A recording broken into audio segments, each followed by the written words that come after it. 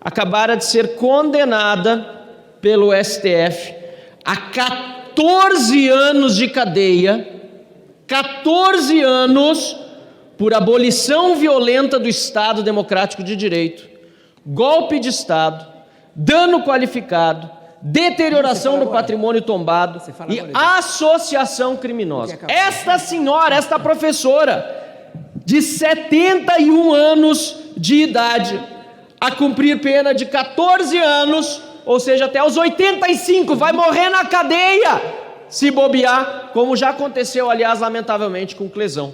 Presidente, quero cumprimentá-lo, cumprimentar também as deputadas e os deputados, os trabalhadores da Câmara Federal e cumprimentar o povo que em algum momento possa estar nos assistindo a esse debate aqui de ideias. Eu fico imaginando e agradecido que de fato isso aqui é uma bolha, que na verdade as pessoas não se pautam pelos discursos que fazemos aqui. Temos que ter clareza disso. Defendemos nossos pontos de vista, mas isso muito pouco tem impactado a vida do nosso povo.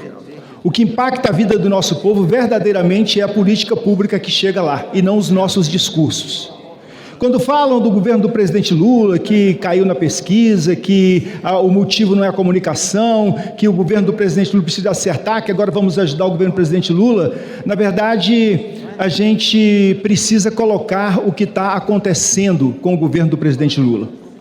Eu quero lembrar que há um compromisso, primeiro de reconstrução, porque os últimos 4 anos foram de destruição. Nós nunca poderemos nos esquecer de 700 mil vidas ceifadas por conta da irresponsabilidade do ex-presidente da República e de seus ministros da Saúde. Mataram mais de 700 mil vidas, que poderiam, muitas delas, serem evitadas caso houvesse minimamente um respeito daquele que desgovernou o país durante 4 anos. Hoje nós vamos votar aqui um projeto, que é um projeto polêmico, a discussão das saidinhas. O pessoal aí da direita, extrema direita, vive dizendo, queremos ver como é que a esquerda se posiciona, porque nós somos favoráveis, mas estão clamando por anistia. Quer dizer, é contraditório, filosoficamente contraditório. Porque querem barrar a saidinha e não querem que Bolsonaro e seus asseclas vão para Papuda ou para outro presídio. Porque no dia 8 de janeiro, eles destruíram. A gente precisa ter pelo menos brilho nos olhos, e entender que eles destruíram a nossa casa, destruíram o Senado Federal, destruíram o STF, destruíram o Palácio do Planalto, tentaram botar fogo em Brasília, acabar com tudo, já tinham feito isso no dia da diplomação do presidente Lula e na véspera do Natal para explodir um ônibus perto do aeroporto. São criminosos e a justiça precisa dar conta disso. Mas aqui estão reclamando da saidinha, mas estão quase chorando para pedir anistia, porque anistia não só para aqueles coitados que às vezes foram manobrados e estiveram nos QGs, mas ao fundo, vocês estão pedindo anistia para vocês mesmos. Porque muitos de vocês estão comprometidos com os atos antidemocráticos, beirando ao fascismo do dia 8 de janeiro de 2023. Esta é a verdade escancarada. Quanto ao governo do presidente Lula, eu quero trazer aqui do meu estado, deputado Vicentinho, e dizer que nós ganhamos 6 institutos federais. Imagina onde? No Complexo do Alemão, na Cidade de Deus, na cidade de São Gonçalo, na cidade de Magé, na cidade de Belfor Roxo, tudo periferia, e um em Teresópolis, na região serrana. Portanto, esse é um governo que olha não só para a educação, mas a educação como direito dos pobres. Presidente, vou tentar ser rápida também. Justiça definitivamente não se faz com vingança, justiça não se faz com mentiras, e a gente tinha que olhar, inclusive, para o estado de coisas que existe hoje dentro dos presídios brasileiros. Aqueles que falam sobre impunidade não olham para o que é o cenário prisional brasileiro. Nós temos a 3ª população carcerária do mundo. Lamentavelmente, 40% dos nossos presos são presos provisórios. E nós temos um país que prende mal. Desses presos, poucos são presos por crimes graves como estupro, como homicídio.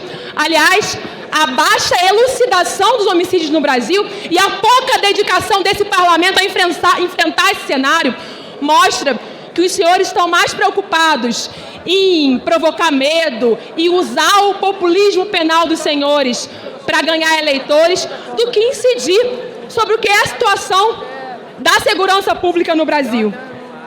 O Brasil já foi condenado pela Corte Interamericana de Direitos Humanos pela situação dos presídios. E, aliás, o Supremo já declarou um estado de coisas inconstitucional nas nossas prisões.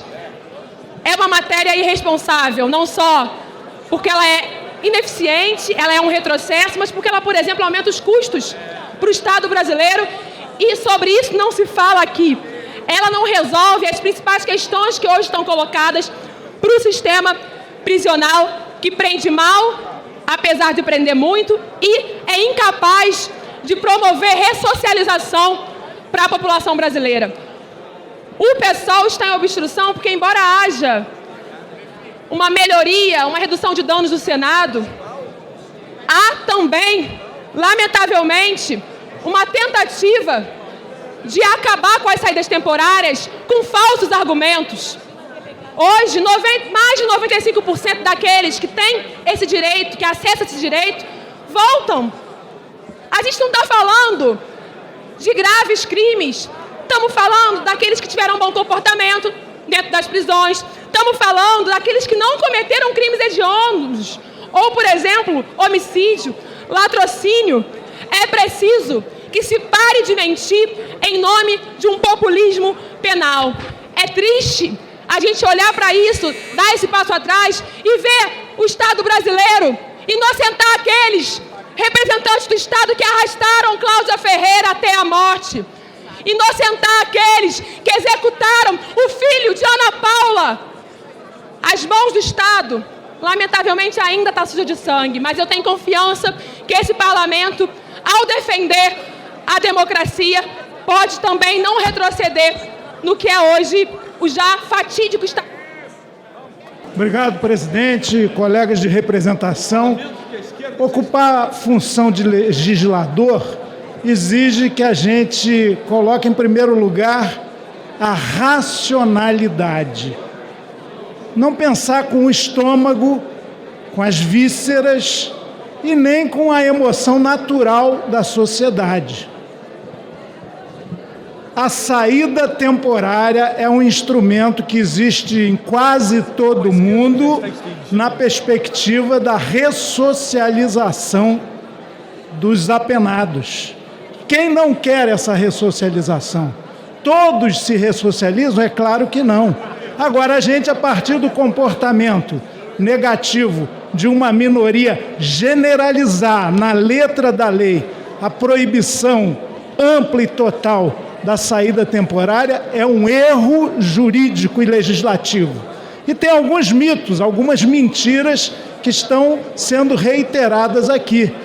Parece que todo que está apenado, aqueles 831 mil presos no Brasil, a terceira população carcerária do mundo, podem ter direito à saída temporária. Não! São só os que estão no regime semiaberto, para os que saem para trabalhar ou trabalham no próprio presídio, os que cometem delito grave, pode ler a lei de execuções penais.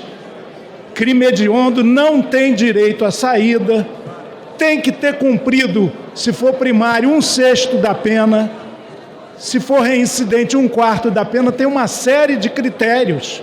Mas saída não é indulto.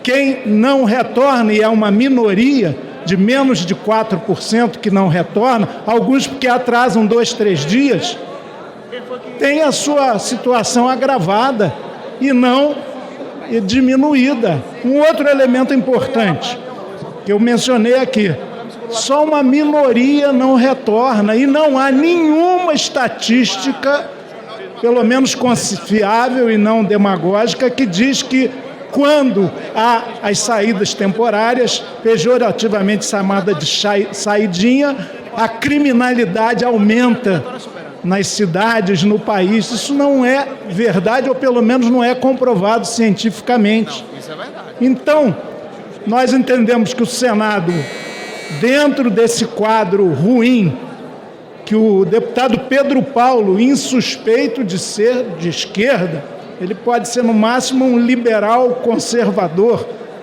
Retratou muito bem, ele disse que o Senado mitigou, diminuiu os danos do projeto que saiu dessa casa, eu não estava aqui, que veda totalmente a saída temporária e, portanto, corta mais uma possibilidade de ressocialização